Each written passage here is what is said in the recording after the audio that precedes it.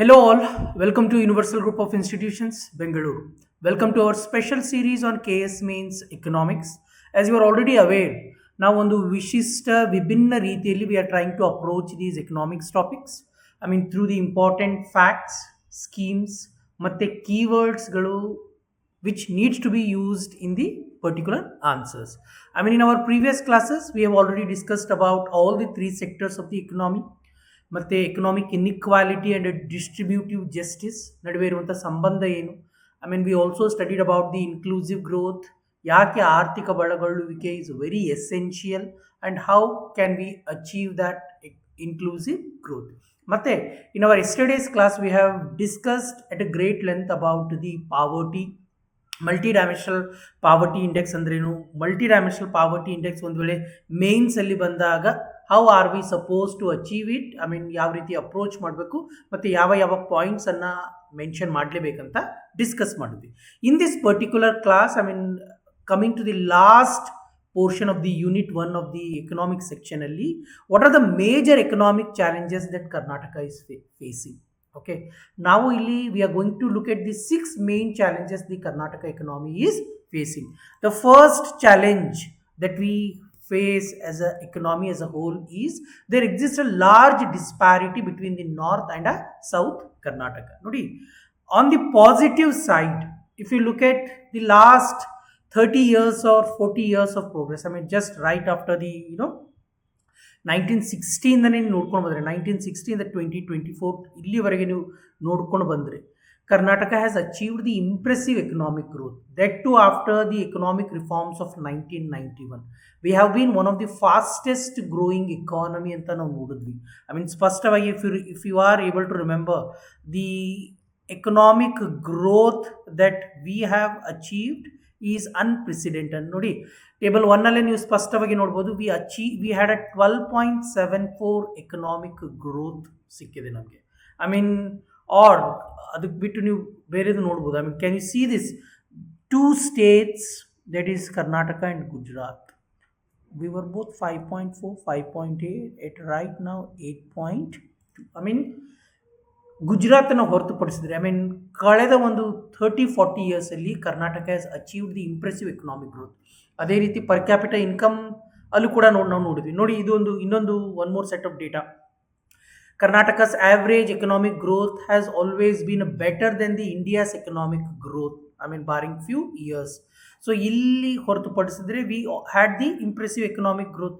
ಅದೇ ರೀತಿ ನೀವು ಪರ್ ಕ್ಯಾಪಿಟಲ್ ಇನ್ಕಮಲ್ಲಿ ಏನಾದರೂ ನೋಡಿದ್ರೆ, look at the per capita income, how over a period of a time, ಕೇವಲ ಒಂದು 10 years ಸ್ಪ್ಯಾನ್ ಅಲ್ಲಿ ಡೆಲ್ಲಿಯನ್ನು ಹೊರತುಪಡಿಸಿದ್ರೆ we have been the largest per capital income. ಡೆಲ್ಲಿಯನ್ನು ಹೊರತುಪಡಿಸಿದ್ರೆ you see very clearly. But ಇದರ ಇನ್ನೊಂದು ಮುಖನ ನೀವು ನೋಡಿದ್ರೆ ಈ ಎಕನಾಮಿಕ್ ಗ್ರೋತ್ ಏನಿದೆ ಕಳೆದ ಒಂದು 30 ವರ್ಷದ್ದು, it has been the unequal economic growth. What I mean by unequal economic growth, ನಾನು ನಿಮಗೆ ಪ್ರೀವಿಯಸ್ ಕ್ಲಾಸಲ್ಲೂ ಸ್ಪಷ್ಟವಾಗಿ ಹೇಳಿದೆ.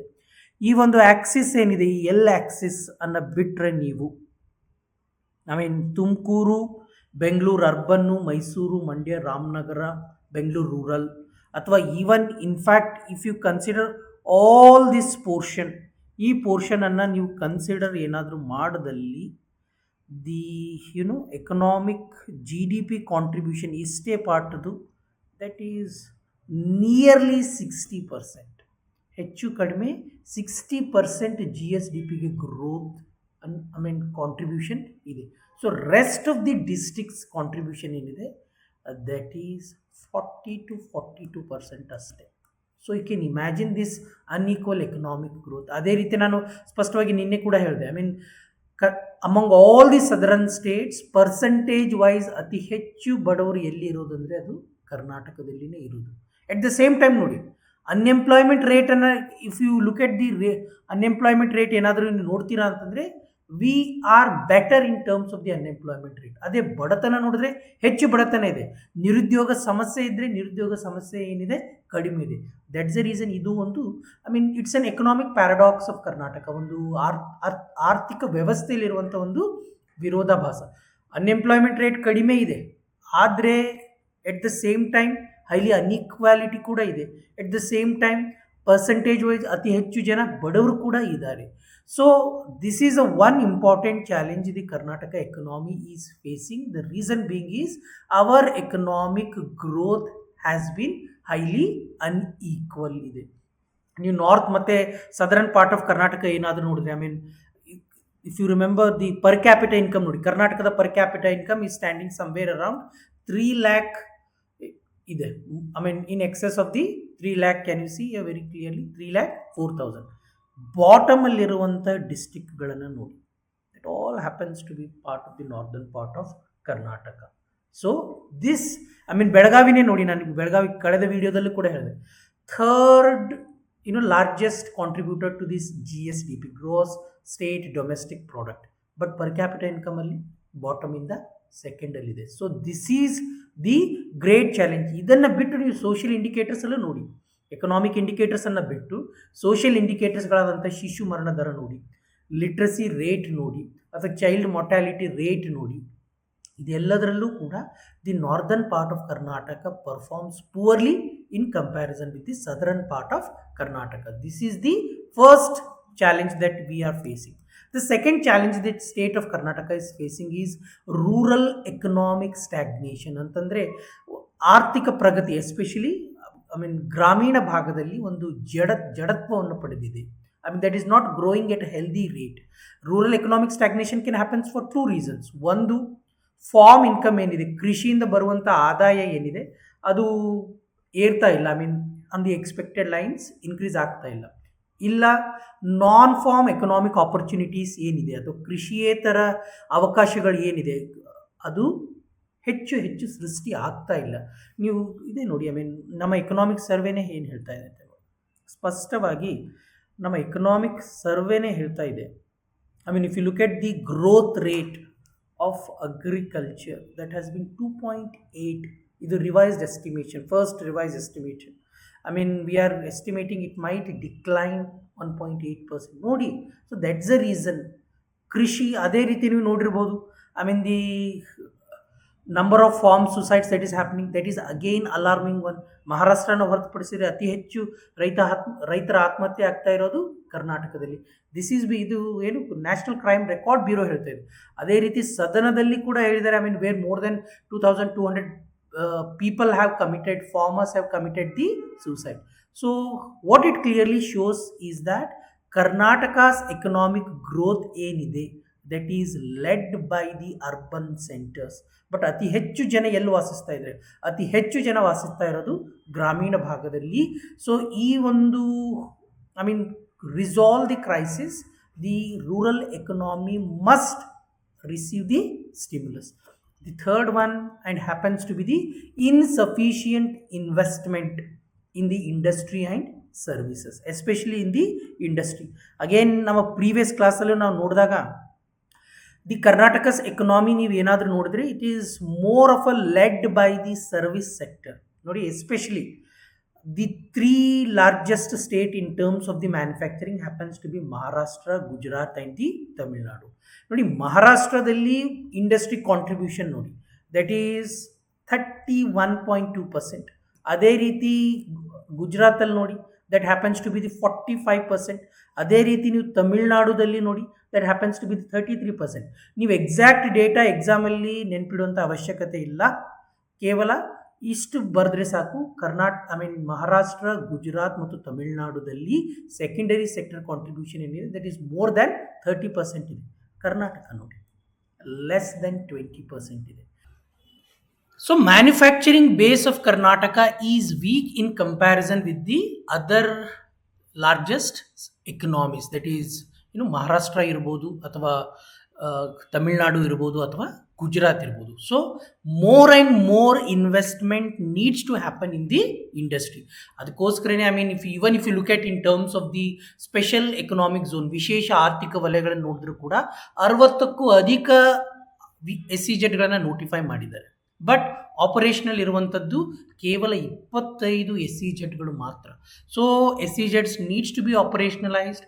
more and more SEZs needs to be created for specially for the manufacturing sector, so that ನಮ್ಮ manufacturing output ಜಾಸ್ತಿ ಆಗುತ್ತೆ. At the same time ಯಾಕೆ ಇದು important ಅಂದರೆ as I said very clearly its ability to create the employment opportunities is more in comparison with the service sector.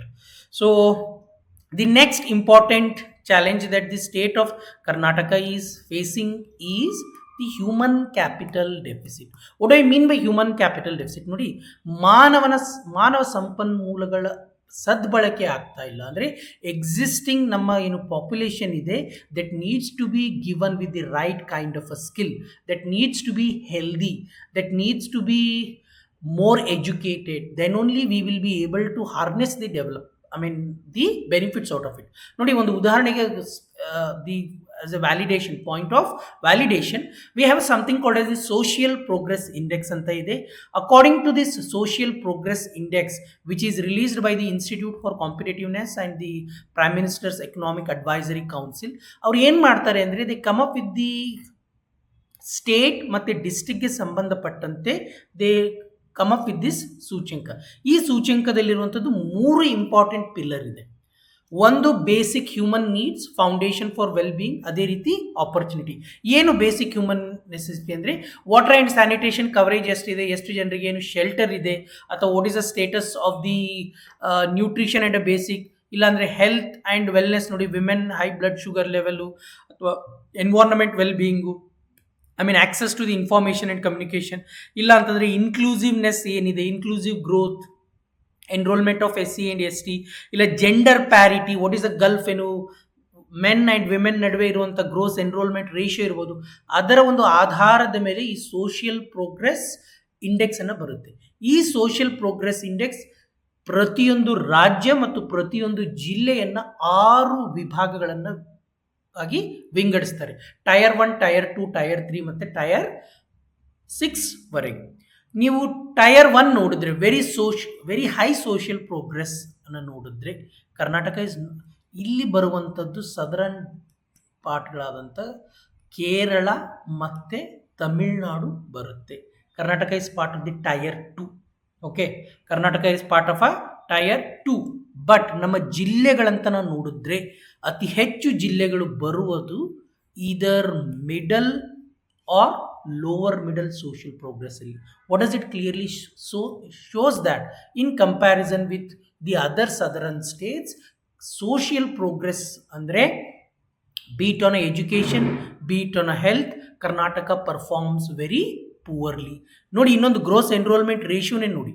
The gross enrolment ratio is very low in especially for the higher education. ಏನು gross enrolment ratio ಅಂದರೆ it's a very simple gross enrolment ratio for a higher education of the age group of 18 to 23 let's say 100 ಜನ ಇದ್ದಾರೆ. ಈ 100 ಜನರಲ್ಲಿ higher ಎಜುಕೇಷನ್ಗೆ ಎಷ್ಟು ಜನ ದಾಖಲಾತಿಯನ್ನು ಪಡೆದಿದ್ದಾರೆ? ಒಂದು ವೇಳೆ 25 ಜನ ದಾಖಲಾತಿಯನ್ನು ಪಡೆದಿದ್ದರೆ our gross enrolment ratio becomes 25%. Karnataka 32 ಇದೆ. ವೆರಾಸ್ ಅದರ್ ಸದರನ್ ಸ್ಟೇಟ್ಸ್ ನೋಡಿ, they perform better than us. So Rajya Sarkara, we need to take more benefits out of our human capital. That happens to be the 4th challenge. 5th challenge, again, fertility rate is declining. If you look at the kutumbagala size and nodidre, kutumbagala size, the number of children the family used to is having is declining. TFR 2.1 replacement level 2.1 ಗಿಂತ ಕಡಿಮೆ ಆಗ್ತಾ ಇದೆ. ಆವಾಗ ಏನಾಗುತ್ತೆ, the population will starts ageing. The more and more population people will be in the dependence. Age ಆಗ್ತಾ ಇದ್ದಂಗೆ health care expenditure is going to increase. The number of people who can be productive is going to decline. ಅದೇ ರೀತಿ ಅವರು decline ಆದಾಗ ಏನಾಗುತ್ತೆ, economy is going to shrink. Just look at what is happening to the Japan itself. Japan challenged US to become the largest economy, but Japan's economy is shrinking. Though the challenge that happens to be is the technology disruption. Nodi, this is an era of artificial intelligence, this is an era of machine learning, data analytics. ಈ ಎಲ್ಲ new technologies that is for sure going to disrupt the service sector, because service sector is the one that is going to contribute more to the Karnataka's GDP. So a service sector impact adre, that is going to impact the economy of the Karnataka, namma GSDP na impact madutte. For sure artificial intelligence is going to create different kind of employment opportunities, no doubt at all, but traditional service sector ಏನಿದೆಯಲ್ಲ ಅದಕ್ಕೆ ತುಂಬ ದೊಡ್ಡ ಹೊಡೆತವನ್ನು ಬೀಳುತ್ತೆ. So G S D ಪಿಗೆ ಅದರಿಂದ ಹೊಡೆತ ಬಿದ್ದು G S D P ಕುಸಿಯಬಹುದು. So what are we suppose to do? We are suppose to adapt to this changing new technology. I just want to end this class saying that ನೀವು ನೀವು ನೋಡಿದ್ರೆ, see we have a vision to become a $1 trillion economy ಆಗಬೇಕು ಅಂತ ನಮ್ಮ ಒಂದು ಕನಸಿದೆ. India it self, ಈಗ ನೀವು ಸದ್ಯ ಕಾಂಟ್ರಿಬ್ಯೂಷನ್ ಕರ್ನಾಟಕ ನೋಡಿದ್ರೆ, ನಮ್ಮ ಒಟ್ಟಾರೆ ಜಿ ಡಿ ಪಿಯಲ್ಲಿ ನಮ್ಮ ಪಾಲು, ಭಾರತದ ಒಟ್ಟಾರೆ ಜಿ ಡಿ ಪಿಯಲ್ಲಿ ಕರ್ನಾಟಕದ ಪಾಲು ಎಷ್ಟು ಅಂದರೆ 8.2%. ಈ ನಮ್ಮ ಪಾಲನ್ನು for sure we can increase to 10%. ಅದೇ ರೀತಿ India is having a goal to become a $10 trillion economy ಆಗಬೇಕು ಅಂತ ಹೆಬ್ಬಯಕೆದೆ. And for sure we are going to become one somewhere around the mid 2035 ಅಥವಾ 2038 ಅಲ್ಲಿ ಆಗ್ತೀವಿ. ಈ 2035-38 ಅಲ್ಲಿ ನಾವು ಏನಾದರೂ 10% ಆಫ್ ದಿ ಜಿ ಡಿ ಪಿಯಲ್ಲಿ ಭಾಗ ಇದ್ದರೆ, we are going to become a $1 trillion economy, and we can become a $1 trillion economy as well if ಮುಂದಿನ ಒಂದು 10-15 ಇಯರ್ಸ್ ಏನಿದೆ ಅಲ್ಲ, if we are able to grow at the rate of 12 to 14%, we are going to achieve this $1 trillion economy, provided that ಅದೇ ಈ ಏನು higher economic growth ಏನಿದೆ ಅಲ್ಲ, it must create employment opportunities for every one.